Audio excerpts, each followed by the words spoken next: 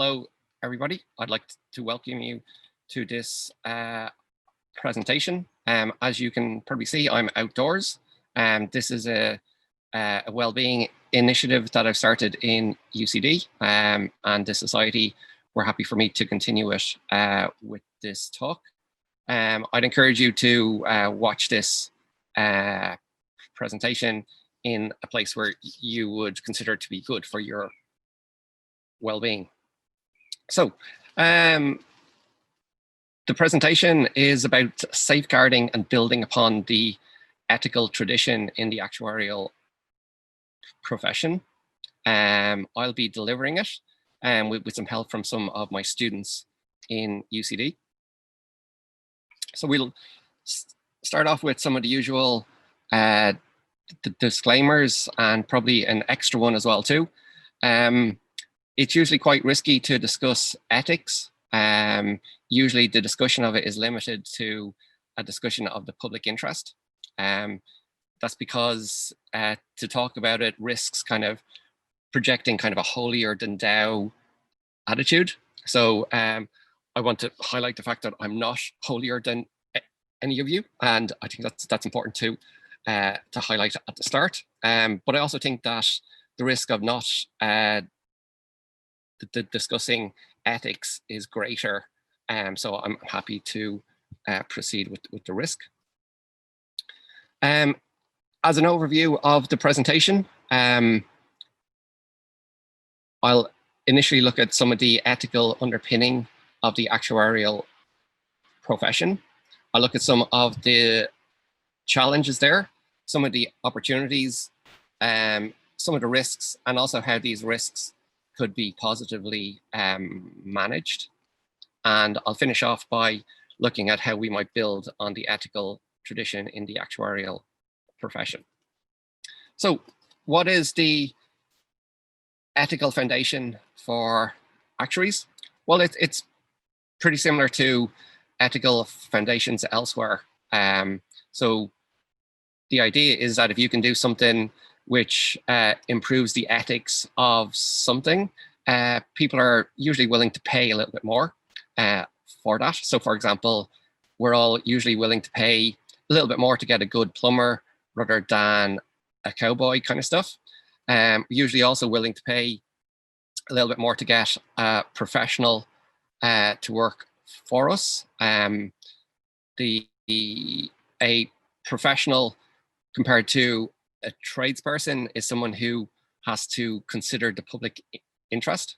There's two elements to that which are important. So there's a positive bit where there's kind of a character element there to be able to not just consider your own viewpoint, but also be able to consider the public interest. And also from a negative perspective in that it in theory stops kind of egocentric behavior, which usually isn't very constructive. From the viewpoint of actuaries, though, we have kind of, again, an extra ethical element to what we do. So actuaries originally started working in life assurance companies and pension funds. And the idea was that those organizations are quite crucial to a country at large. If they go bust in any way, usually the state has to step in to sort it out. So the idea is that society considers that it's useful to have actuaries working in an insurance firm, almost working for them. So working for the public interest with a view to safeguarding the integrity and the financial well-being of these organizations. So we are professionals, but we also have a duty to put the public interest first rather than just having a consideration for it.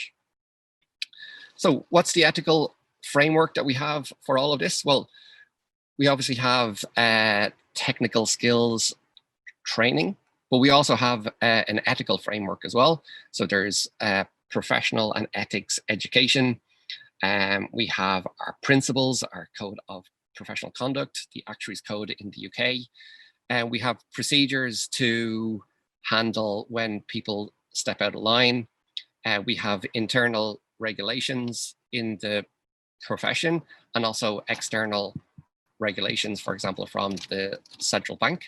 And we also have other actions that individual actuaries will take as well. We also have a kind of an indirect framework, which, although it's not as direct as the other parts, it's probably as important or even more important, and that's the kind of influence and the ethical example of the senior fellows in the profession. I guess it's kind of like tell me and I forget, show me and I remember, give me an example and I understand. So we're kind of lucky to have kind of, I guess, inspirational members of the profession. I'm kind of thinking of people like the late Bruce Maxwell, Piers Seagrave Daly, Colin Fagan, Paula Farty, Pat Healy, Pat Ryan, Brenda Dunn, Yvonne Lynch, many others, probably not forgetting our current president as well, Sean Casey. Each of us as well usually has a kind of a formative stage of their actuarial career where they're kind of influenced by the more senior actuaries around them. From my own perspective, I was quite influenced by the likes of Mark Fanning, Peter Caslin, George McClutchan, Paul O'Meara, Cal O'Doonig, Shay Brown, and others as well. And it's also important not to forget the influence of the likes of Professor Phil Boland in UCD as well. His example, his ethical example is really important and has had a big impact on the profession. So there are also very significant challenges that we face as a profession from an ethical standpoint.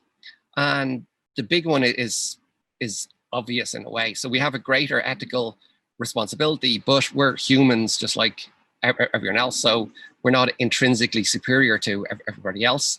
We also need to have a humility there as well too. So that means, you know, there's always a very significant challenge to be able to do what we're supposed to do.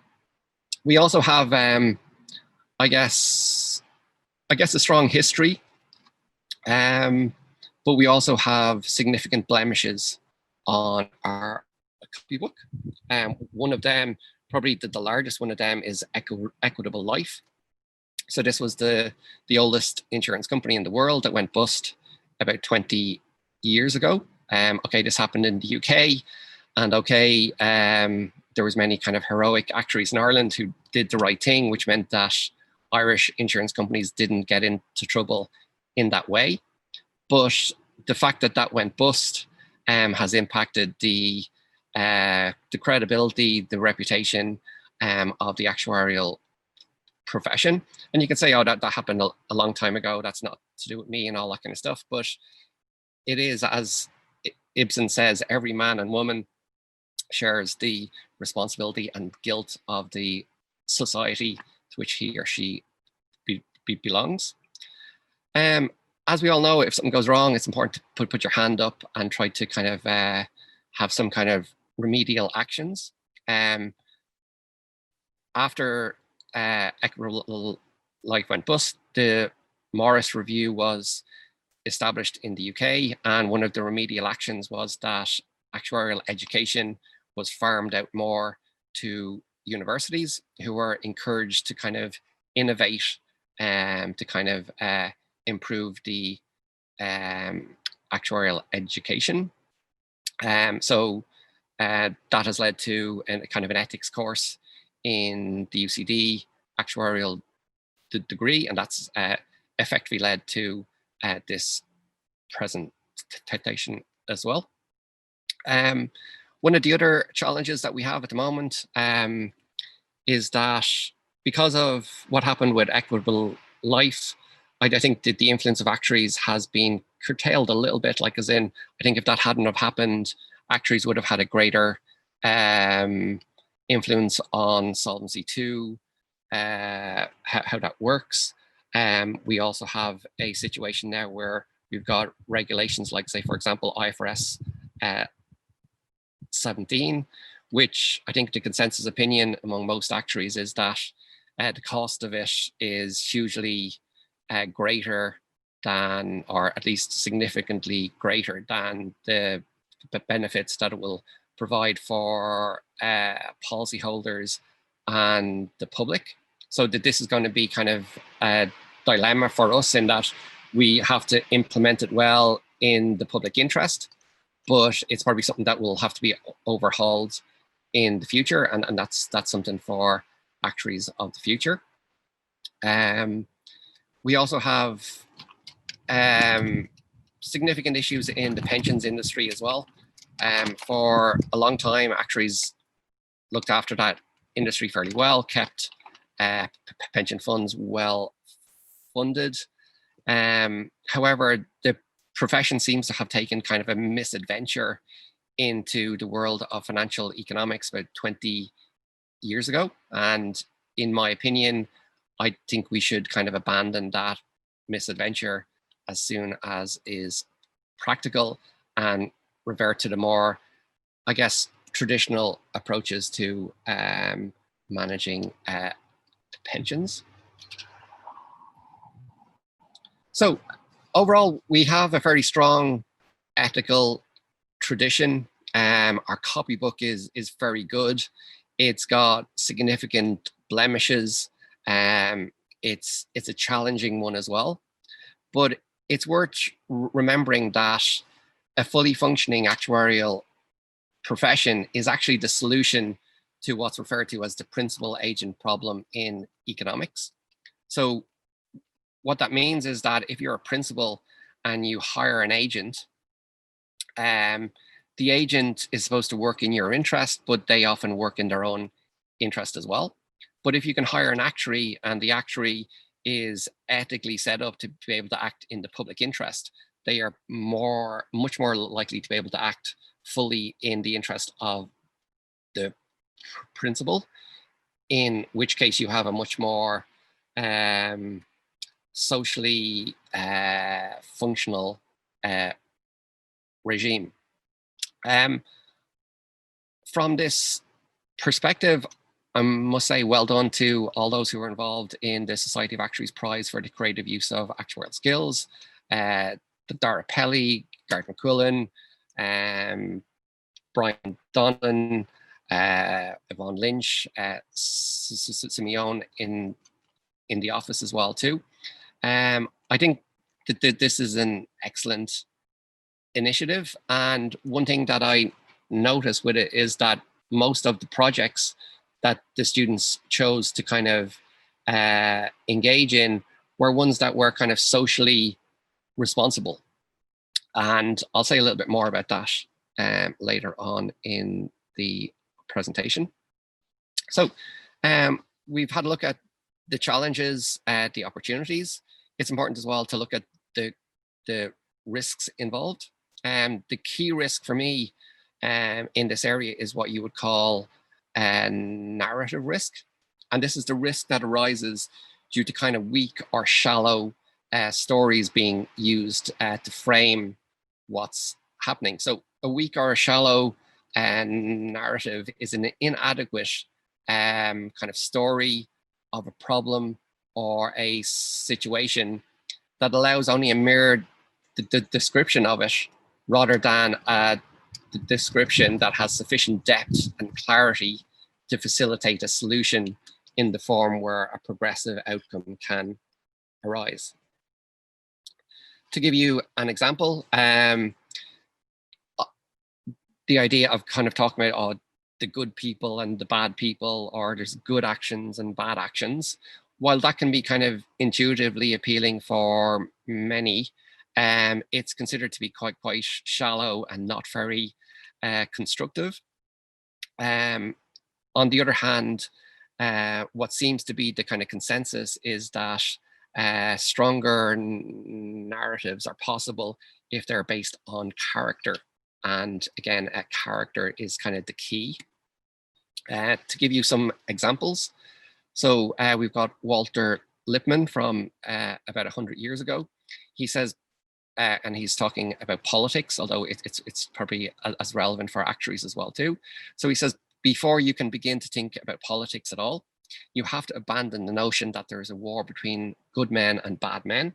How disastrous the good and bad man theory is to political thinking. Obviously, he should have included women there as well too. Yet, some distinction must be drawn if we are to act at all in politics.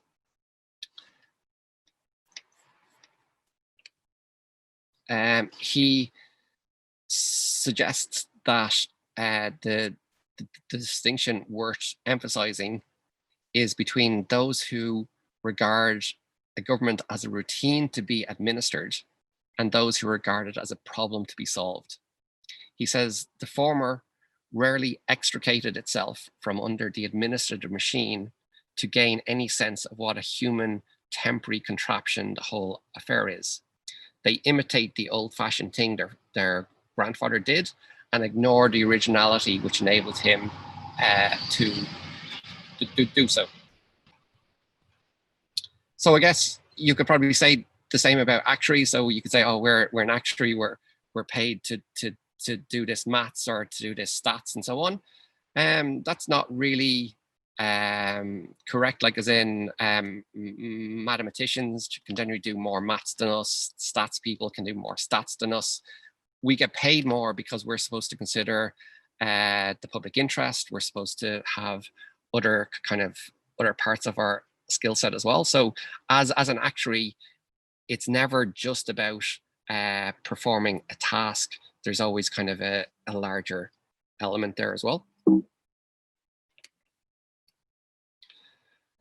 With some of the problems that are happening in the world at the moment, it's worth looking to Dr. Martin Luther King. He says, I have a dream that my 4 children will one day live in a nation where they will not be judged by the color of their skin, but by the content of their character. So again, character seems to be the kind of route to creating a more progressive outcome. And if we come back to a business world, Stephen R. Covey, he wrote the seven things that highly effective individuals would do. And he talks again about character and again, the importance of kind of a healthy ego, which we'll come back to later on. So if that's the kind of risks that we face, and if you think about it, like actuaries in a pretty good place. Like we get well paid.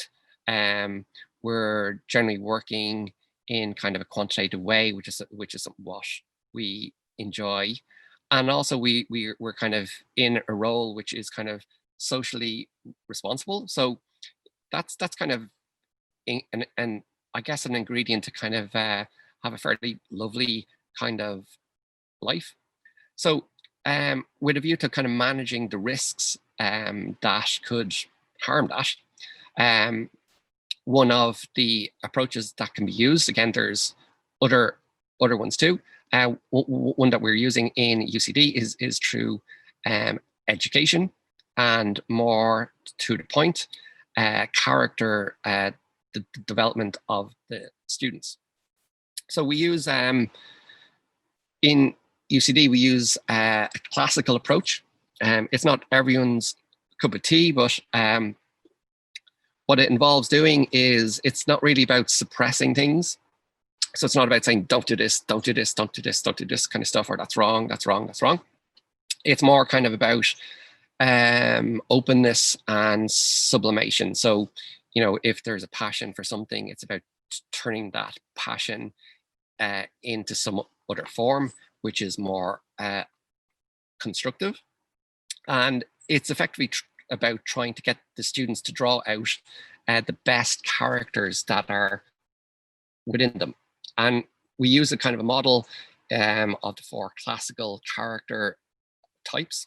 And the idea is that as human beings, we have within us various character impulses, you could say. So when our lizard brain is turned on and we're in kind of in fight mode, we can become quite base, quite brutal, quite pretentious, quite egocentric, and we can act in kind of quite a regressive way.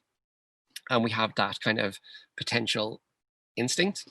We have another part of us, which is kind of like a conformist, whereby maybe our lizard brain is turned on again, and we're kind of in flight mode though, so we're afraid, and we look to kind of find safety in the herd.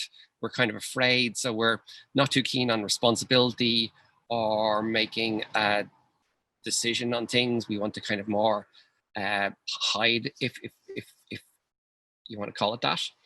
Then there's another element to the human condition, which is our kind of egoism, whereby we kind of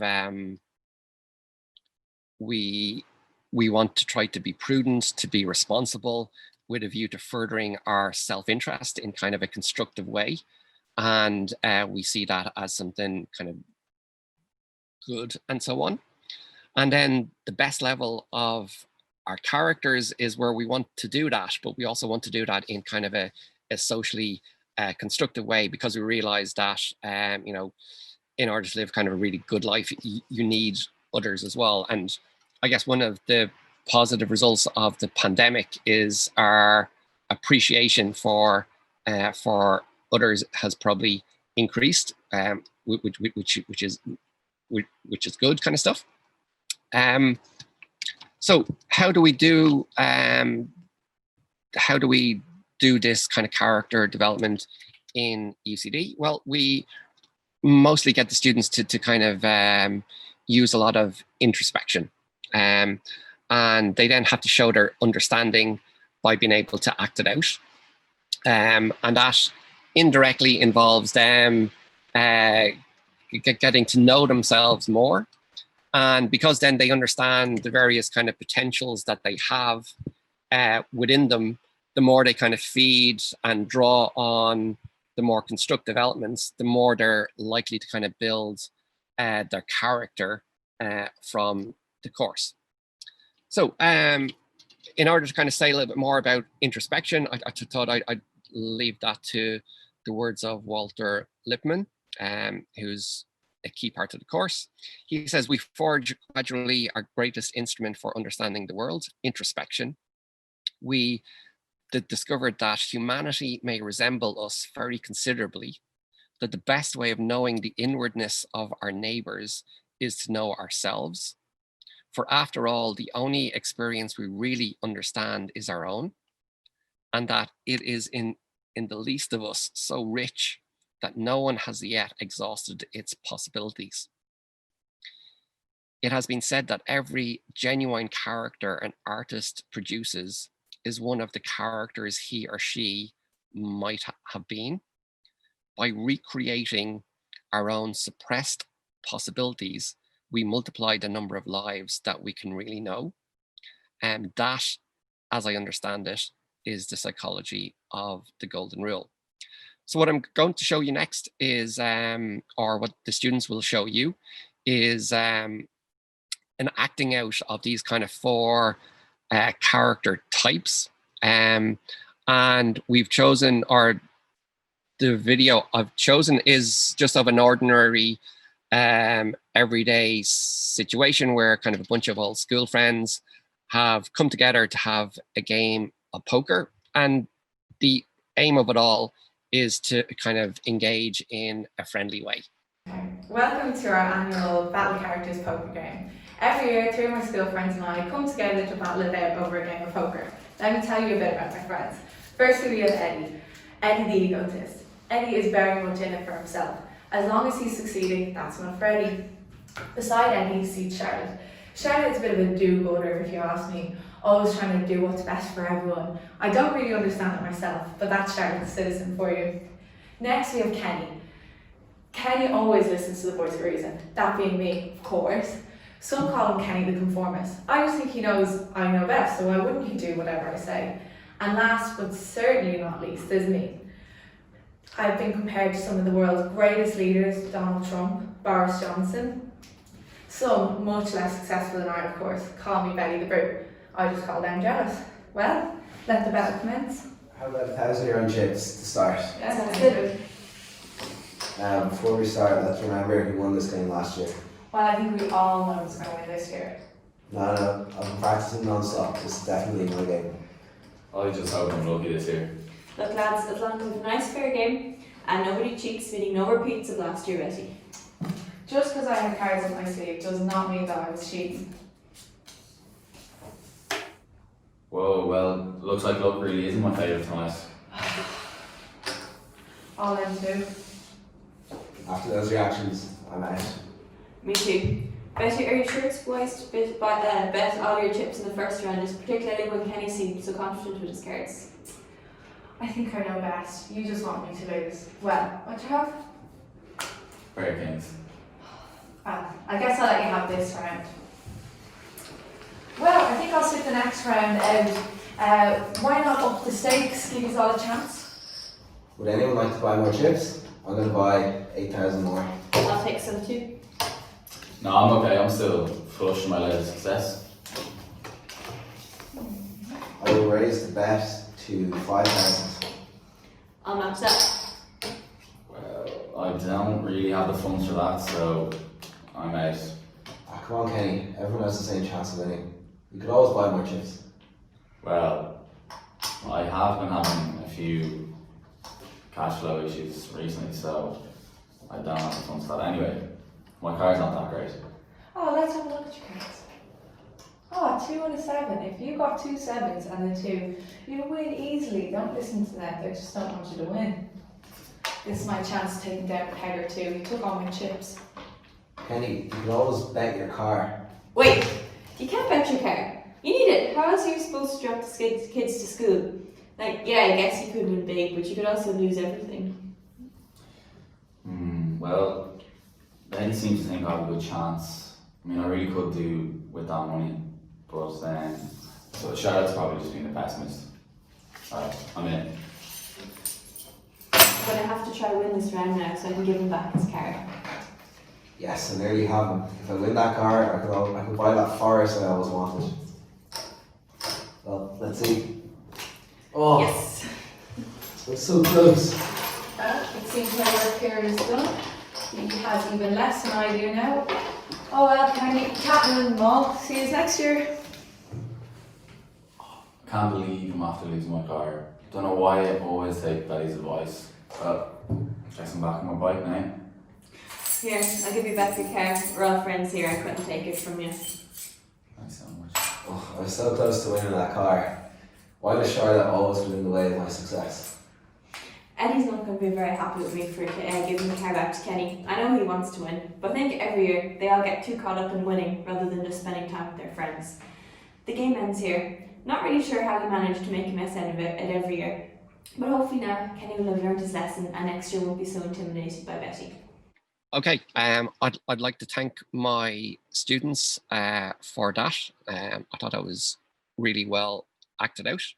Aisling Lydon, Jeff Kelly, James Koss, and Ciara Whelan were the actors involved there.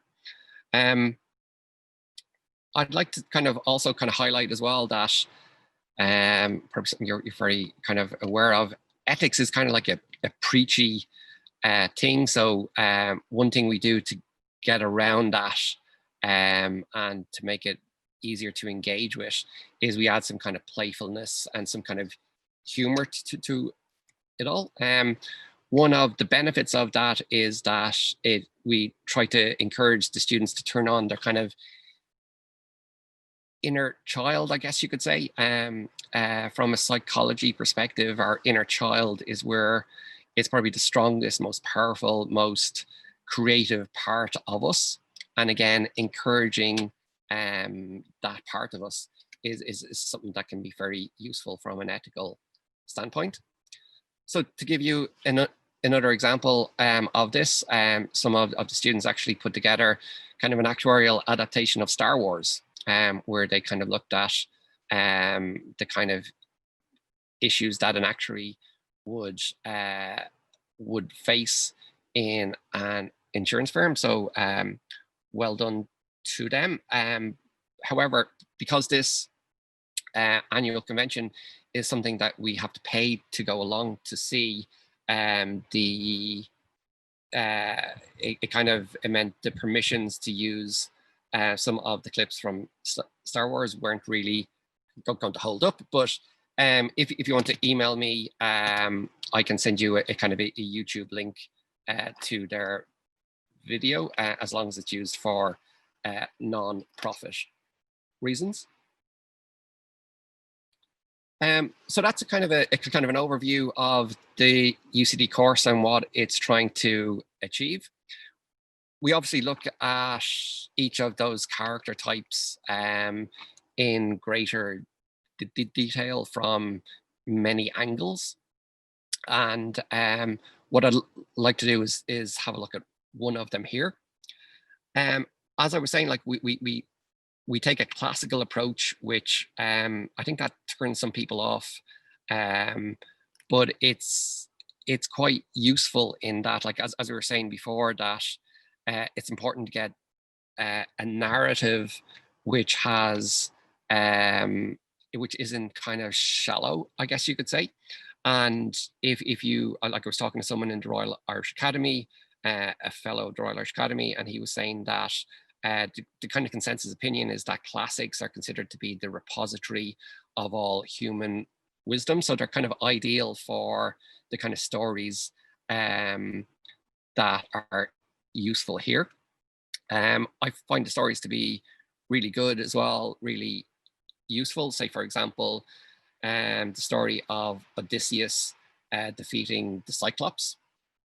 This is kind of a classical story, which is still wonderfully good 2,800 years later.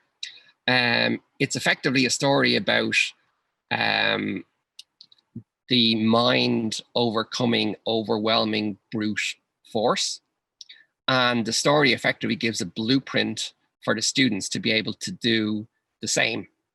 And you know, that's really important, like as in our civilization is the triumph of our minds over our kind of brutal instincts, and having stories like that is very, very useful. In that context, one of the key things that we talk about on the course is the idea of magnanimity, and this is like that means pretty much not getting offended kind of stuff. It literally means magna animus kind of stuff, which means kind of great minded. And the idea is that if you are that way, again, you can overcome overwhelming brute force.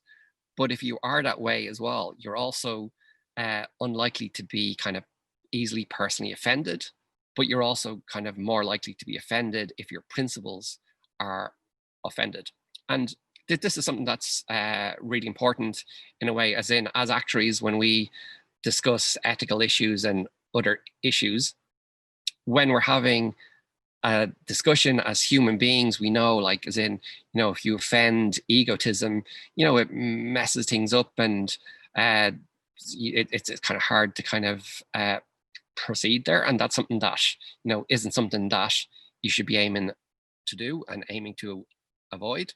However, if you have some people who are part of the discussion who have unhealthy egos, who are easily offended, that can kind of harm the kind of functionality of the discussion, and it can mean that it can kind of harm the ability of actuaries to kind of work in the interest of the public interest. So to give you kind of a feel for what we would do there, so we would use kind of stories from the classics, say for example, in ancient Sparta, you as a Spartan warrior, you weren't able to become a Spartan officer unless you were considered to have kind of a healthy ego. And a healthy ego meant you were not likely to take personal offense in an easy way. And they basically didn't want anyone who was like that in the kind of officer class. I think that's quite a useful story.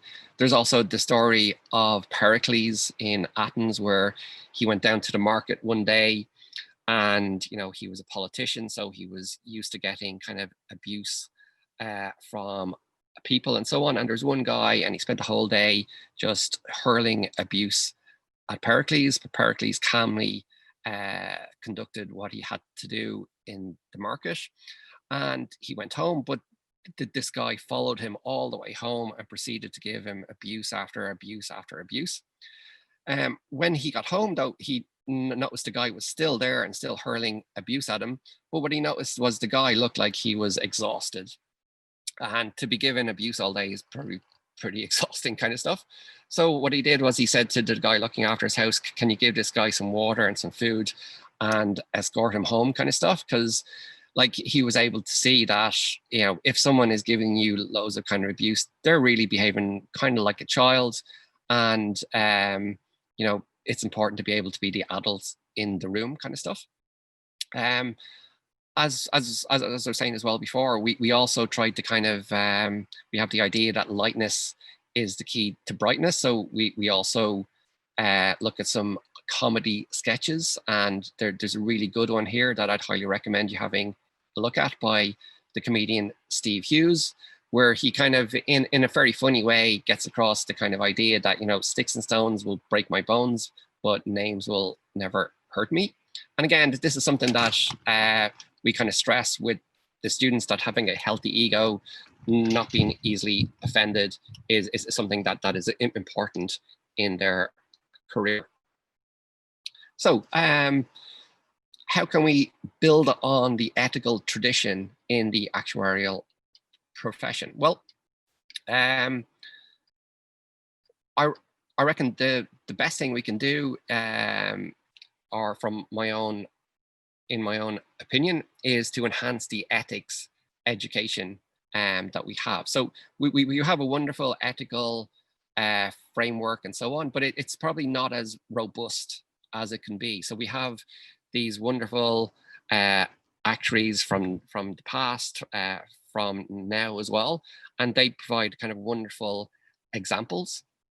But not everyone is exposed their kind of stuff. So I guess I consider that we're like, okay, we have a pandemic happening, which is very challenging in a lot of ways, but it's important not to forget that we're living in a very good time in history. There's a lot of peace in the world. There's a lot of relative prosperity compared to the past. As people, we can buy or sell goods and services from nearly anywhere in the world. We can go nearly anywhere. The European Union is there now, so there's more kind of cooperation than aggression. A lot of the dreams and divisions of those in the past have been fulfilled in a way, and we shouldn't take for granted what we have at the moment. And I think what we have at the moment is a very privileged place. And if we look back at actuarial history, at certain stages, actuaries would have got together all the actuarial maths and turned it into kind of an education program for younger actuaries.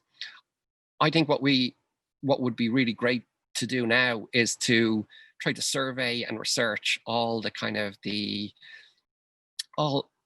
great ethical examples of actuaries, both in history and now throughout Europe, and to put them into kind of an ethics education course for younger actuaries. So all actuaries get exposed to the kind of wonderful, inspirational examples of some of our best actuaries, and also to kind of include as well as that examples from humankind as well too. I've started an initiative on this on the Education Committee of the Actuarial Association of Europe, and I hope that initiative gains traction over the next year or so. From my own viewpoint as well, what I'm looking to do is to start running kind of mini ethics refresher courses and mini character refresher courses, and they'd be like mini versions of the UCD course. So kind of ethics with a little bit of fun and a little bit of other kind of things in there to kind of add a little bit of life and so on. And I'm hoping to launch them later on next year. For those of you who are looking to get into this in a larger way, the European Actuarial Academy is likely to be running kind of a 2-day ethics professionalism course later on next year.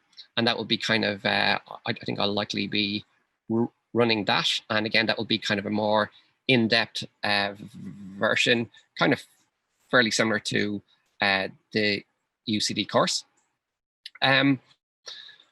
What I'd also say as well, or like I think my kind of what I'd ultimately love to see, and I think it could be a real key to kind of expanding actuarial influence in a way that's good for actuaries and good for everyone else, and that is the creation of an opt-in character regulation or an opt-in character regulatory regime. And the idea is that for our younger actuaries and other actuaries who want to kind of take their actuarial skills and apply them outside the kind of insurance and the pensions worlds, but where we could kind of certify and regulate the character of their behavior in such a way that gives them a currency to be able to apply their skills in that way. As I was saying, I think this could be a real kind of key to kind of unlocking the world to greater actuarial influence. It's also something that we have at least a limited wherewithal to do as well, because about 6 years ago, we funded research that was able to create a character test. And there's also other materials available whereby we could begin to create such a regulatory regime. So in terms of further information, if you want to learn more about this, I've put up a lot of the material from the UCD kind of ethics course on a website that I created during the lockdown earlier on the year, knowyourselftest.com. So feel free to have a look at that. I'll be posting more information on those courses that I mentioned on the courses section on the website. There is a free kind of mini character test on the website, which you feel free to use. And if you want to use the kind of larger test, which takes about half an hour, if you use the code actuarial profession, you'll get a 50% reduction in cost there. Okay, so I'd like to thank you for your attention, and I'd very welcome any kind of comments or questions, and please feel free to email me at colm.fitzgerald@ucd.ie. So I'd like to say, look after yourselves, look after your well-being, and best of luck. Cheers.